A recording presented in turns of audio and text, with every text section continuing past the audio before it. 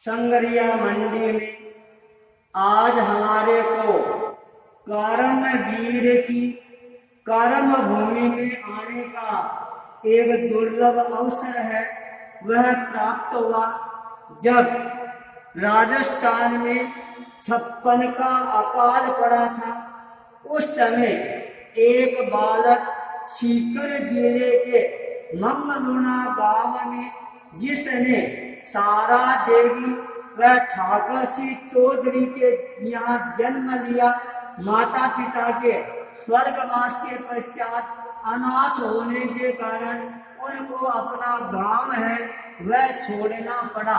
वहां से वो फिरोजपुर आते हैं और यहाँ पर आर्य अनाथालय के अंदर गुरुकुल के अंदर आकर अपने जीवन के लिए विकास की कुछ दिशाएं उद्घाटित करने का प्रयास करते हैं। और यहाँ पर आने के पश्चात उन्होंने संस्कृत भाषा का विशेष रूप से अध्ययन किया था और एक बार अपने गुरु के साथ में कुंभ पर्व पर जाने का अवसर प्राप्त हुआ। उस समय पंडितों की सभा में केशवानंद का जब धारा प्रवाह संस्कृत के अंदर भाषण हुआ तो वहाँ के पंडित लोग हैं दांतों तले अंगुलियां दबाने लग गए और कहा, ये तो एक कोई नया केशवानंद पैदा हो गया है। तब से इनका नाम है केशवानंद के रूप के अंदर स्थापित हो जाता है। धीरे धीरे वो अपने गुरु के परम सानिध्य के अंदर रहते हैं। अचानक गुरु का स्वर्गवास हो जाता है। उनके पीछे केशवानंद जी को गद्दी सौंपी जाती है, पर उन्होंने निर्मोहता के साथ में अपने गुरु भाई को वह गद्दी प्रदान करके वहां से लोक हित के कार्यों के लिए प्रस्थान कर जाती हैं। जब वहां से प्रस्थान करती हैं, केशवानंद का यह त्याग देखकर सारे लोग आश्चर्य चकित रह जाती हैं।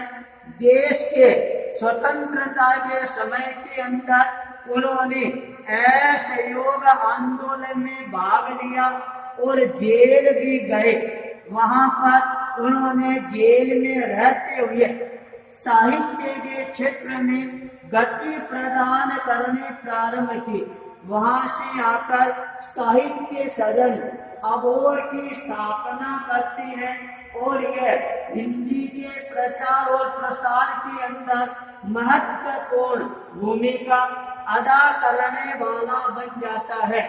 महात्मा गांधी के परम सानिध्य में जब दांडी मार्च का आयोजन होता है, नमक सत्याग्रह के संचालन के साथ के अंदर मुल्तान जेल के अंदर भी बंद रहने का अवसर प्राप्त होता है और वहां से आगे बढ़कर संगरिया गांव में आती हैं और यहाँ पर जाट महाविद्यालय का संचालन का दायित्व है वह संभालना प्रारंभ कर देते हैं।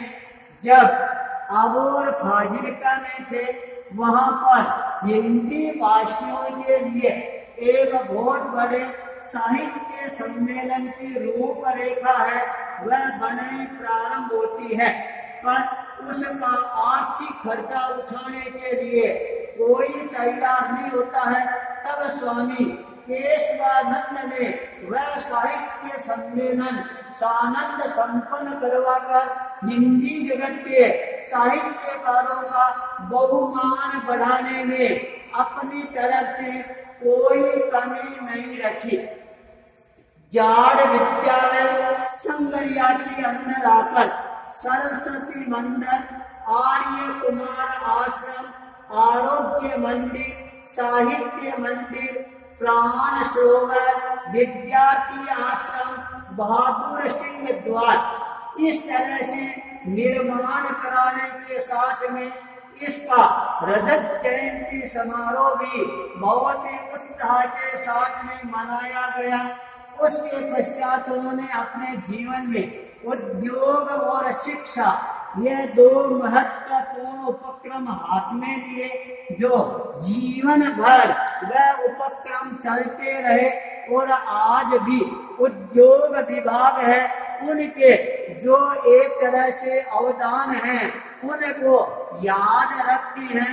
जब संगरिया के अंदर जाट विद्यालय का नाम परिवर्तन करने का समय आया, तब स्वामी जी ने कहा यदि इस विद्यालय का नाम ग्रामोत्थान विद्यापीठ रखा जाए तो मैं संचालन करूंगा, वरना मैं छोड़कर जा रहा हूं।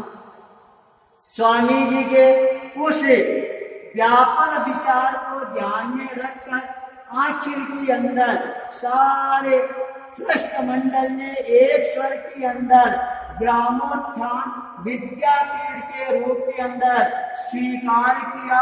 स्वामी जी गांव गांव ढाणी ढाणी के अंदर शिक्षा के लिए यात्राएं प्रारंभ कर देती है।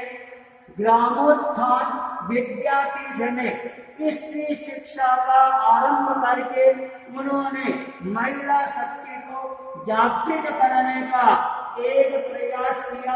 आज महिला आश्रम, ग्रामोत्थान प्रेस, नवजीवन औषधालय, शिक्षक प्रशिक्षण विद्यालय, सिलाई कला विभाग, काष्ठ कला इनकी महत्वपूर्ण देर के रूप में उभर कर आई। स्वामी जी लगातार 2 बार राज्यसभा के सदस्य के रूप के अंदर भी अपनी सेवाएं प्रदान की थी।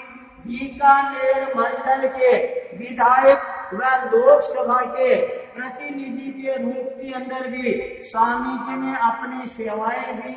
स्वामी जी का लगा साहित्य के क्षेत्र में आगे बढ़ जाता है और उन्होंने दीपक प्रेस अभोर, ग्रामोत्थान प्रेस संगरिया, ये 2 महत्वपूर्ण निर्माण करके दीपक पत्रिका गोरक्षक के रूप के अंदर प्रारंभ की और शिक्षा जगत के अंदर विज्ञान के चमत्कार, सिख इतिहास, शिक्षा नई दृष्टि, सरल स्वास्थ्य साधना, ग्रामोत्थान पत्रिका, मरुभूमि सेवा कार्य आदि सैकड़ों पुस्तकों का निर्माण किया।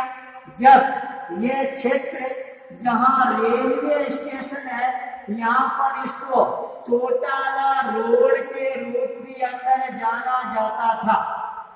लाल बहादुर शास्त्री का यहाँ पर आना होता है और उसी दिन रेल मंत्री के कारण इस क्षेत्र का नाम रेलवे स्टेशन संगरिया के रूप के अंदर प्रतिष्ठा प्राप्त कर लेता है। महात्मा गांधी को आदर्शों के पथ पर आगे बढ़ाने वाले कस्तूरबा के नाम से उन्होंने कस्तूरबा ग्रामोत्थान महिला विद्यापीठ महाजन में स्थापना की, जो आज नारी शक्ति को सशक्त बनाने वाली एक महान विधा के रूप में उभर कर सामने आती है। अमृतसर के अंदर जब वह महाभयानक कांड होता है, डायर ने गोली चलाने का आदेश दिया, अनेकों व्यक्ति शहीद हो जाते हैं। अमृतसर के स्वर्ण पत्र जीर्णोद्धार उत्सव के अंदर स्वामी जी मुख्य अतिथि के रूप के अंदर अपना उद्बोधन है वो प्रदान करती हैं। स्वामी जी को राजस्थान के मुख्यमंत्री मोहनलाल सुखाड़िया स्वयं यहाँ आकर अभिनंदन ग्रंथ है वह भेंट किया था। देश के प्रथम प्रधानमंत्री विद्यापीठ में यहाँ पर पधारे संग्रहालय भवन का उद्घाटन करने के लिए स्वामी जी ने अपने जीवन के अंदर अनेकों संस्थाओं का निर्माण किया। कृषि महाविद्यालय आदि अनेकों उन्होंने रहता है। स्वामी विवेकानंद का भी यहाँ पर आना हुआ था और आचार्य तुलसी अनुव्रत आंदोलन को लेकर पधारे, तब इस स्थान पर आना हुआ। सिखों के महान गुरु जगजीत सिंह जी का भी यहाँ पर आना हुआ। कृषि महाविद्यालय के दुग्ध उद्योग के लिए उन्होंने जीवन नगर हरियाणा में अच्छी नस्ल की गायों को गोदान में भिजवाकर एक नया आदर्श है वह रचा था। स्वामी जी अनुसूचित जनजाति के उत्थान के लिए भी हमेशा जागृत रहते थे। स्वयं जगजीवन राम यहाँ आकर स्वामी जी का वर्धापन किया था। स्वामी जी के द्वारा अनेक प्रकार की वस्तुओं का संग्रहालय का निर्माण हुआ है, जिसमें उस समय की महत्वपूर्ण वस्तुएं यहाँ पर हमारे को देखने को मिलती है। सर छोटू राम स्मारक, जो हरियाणा प्रदेश के अंदर एक प्रभावशाली बदलाव लाने वाले संत छोटू राम के रूप के अंदर प्रसिद्धि प्राप्त की थी। स्वामी जी ने पापों की जड़ शराब को बताते हुए शराबबंदी के विरोध के अंदर महत्वपूर्ण आंदोलन है वह भी प्रारंभ किया था। स्वामी जी ने अपना अंतिम उद्बोधन 15 अगस्त 1972 को दिया था और उसके पश्चात वो यात्रा में जाती हैं। दिल्ली के अंदर उनका अचानक हृदय गति रुक जाने से स्वर्गवास हो जाता है। भारत सरकार ने ऐसे कर्मवीर की स्मृति के अंदर डाक टिकट का भी एक तरह से अपनी तरफ से जारी करके उनके प्रति एक श्रद्धा का समर्पण किया था।